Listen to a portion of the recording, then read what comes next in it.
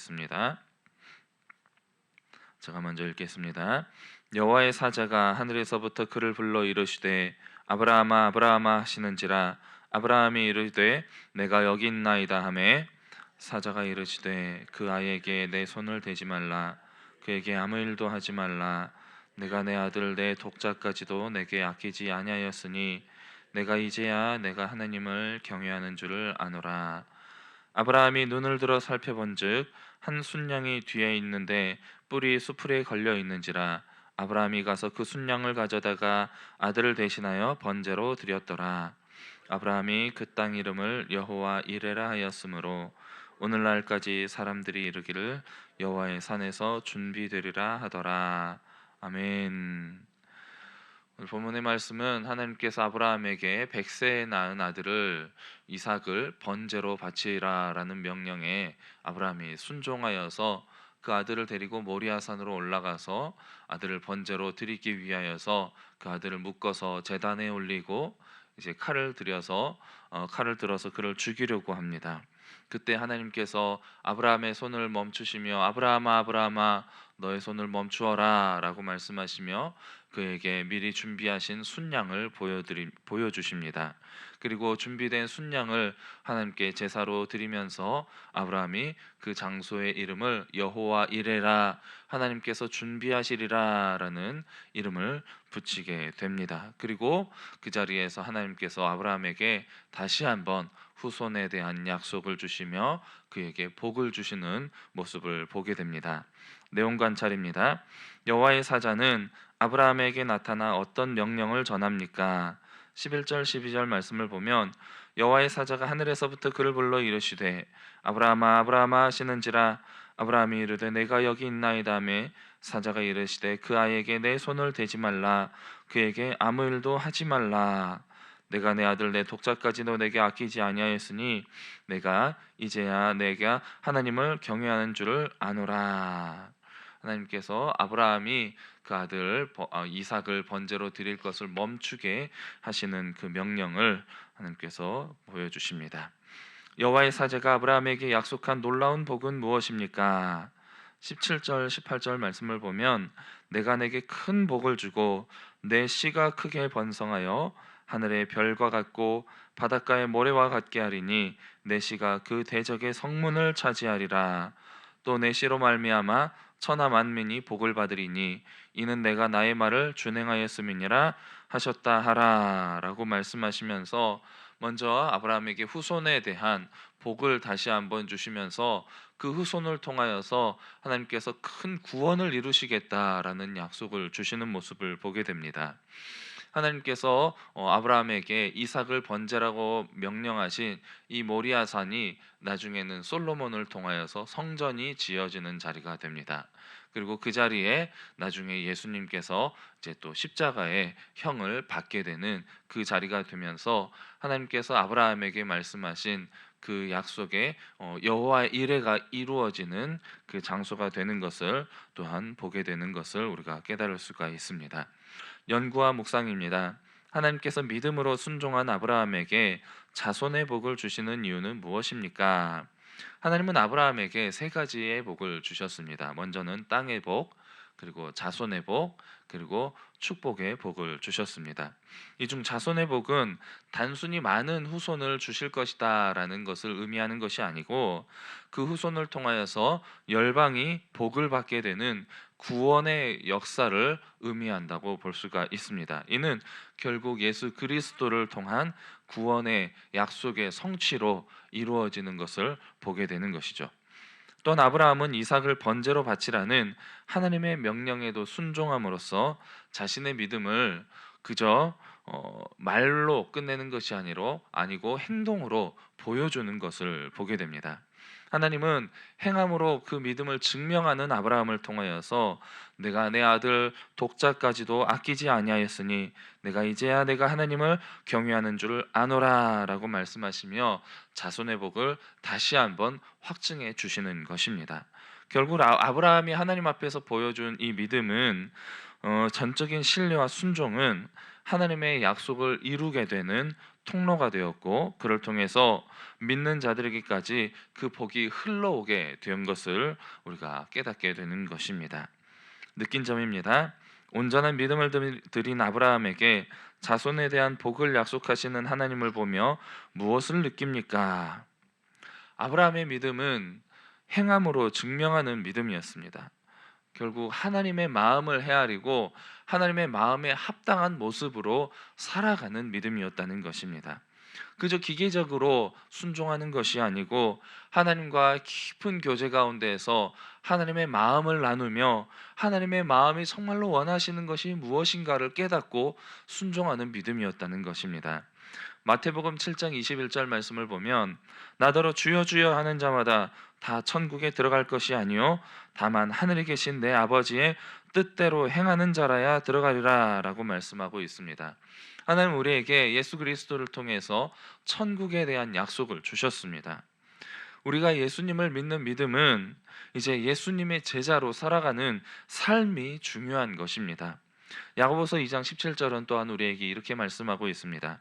이와 같이 행함이 없는 믿음은 그 자체가 죽은 것이라 라고 말씀을 하고 있는 것입니다. 우리의 믿음은 입술로만 주여 주여 하는 믿음이 아니고 우리의 행함을 통하여서 증명되어지는 믿음이 되어야 한다는 것입니다.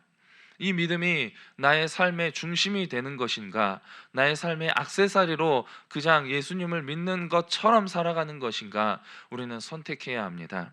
삶이 있는 신앙을 살아가는 것인가, 신앙이 있는 삶을 살아가는 것인가, 무엇이 내 삶의 중심이 되어야 되는가, 우리는 늘 깨닫고 생각하며 신앙을 우리의 중심으로 두고 살아가는 하나님의 백성이 되어야 할 줄로 믿습니다. 적용입니다. 내가 하나님의 약속을 믿고 믿음으로 순종했던 적은 언제입니까? 하나님은 늘 우리에게 믿음의 자리로 초청하시고 있습니다. 예배의 자리로, 섬김의 자리로 우리를 부르십니다.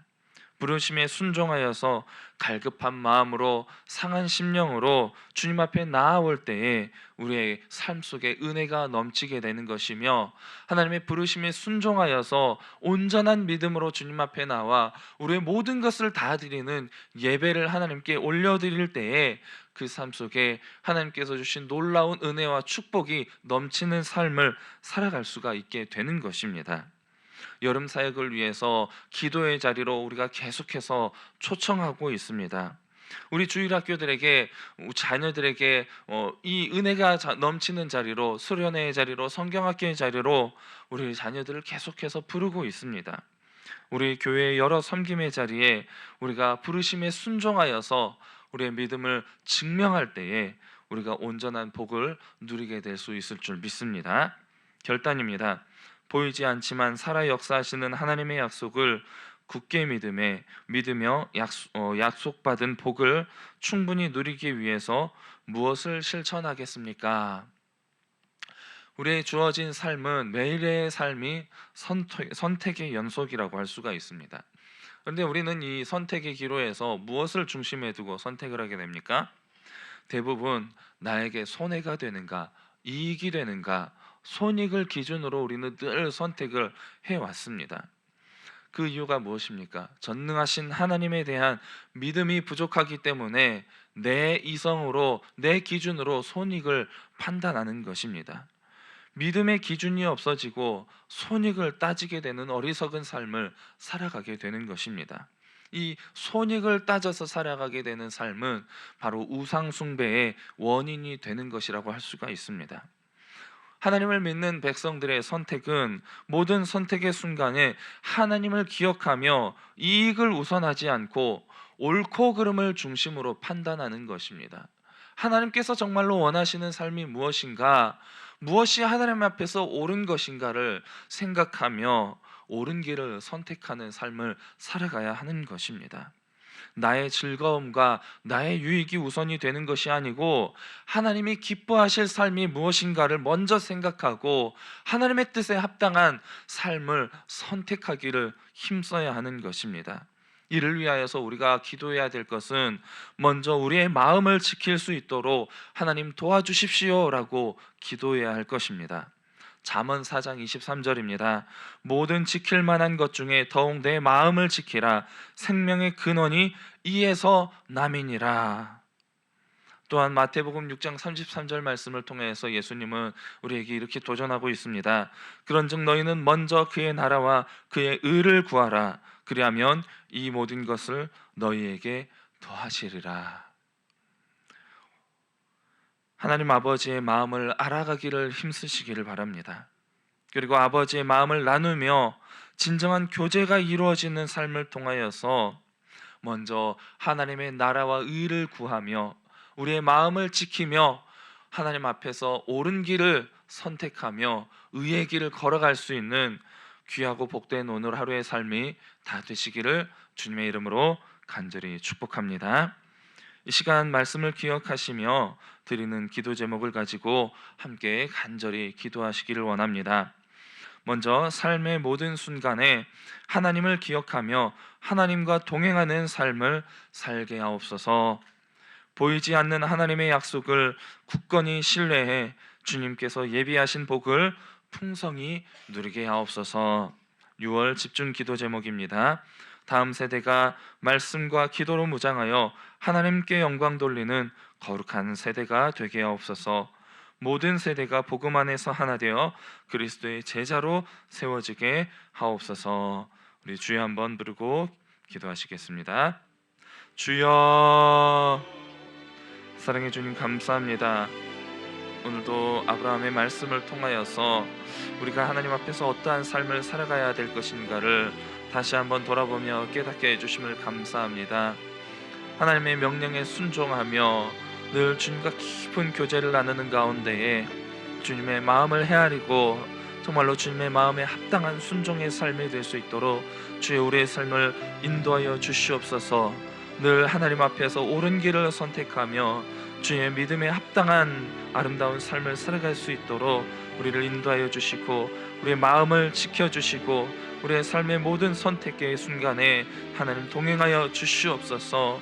아버지, 그래야해서 오늘 하루의 삶도 정말로 우리의 삶이 우리의 마음이 주의 마음에 합당한 삶이 되게 하여 주시고 하나님께서 주시는 모든 은혜와 축복을 온전히 받아 누리며 우리의 삶 속에서 구원의 기쁨이 구원의 능력이 아름답게 차고 넘치는 귀한 은혜의 시간이 될 수 있도록 오늘도 주님 동행하여 주시옵소서. 주님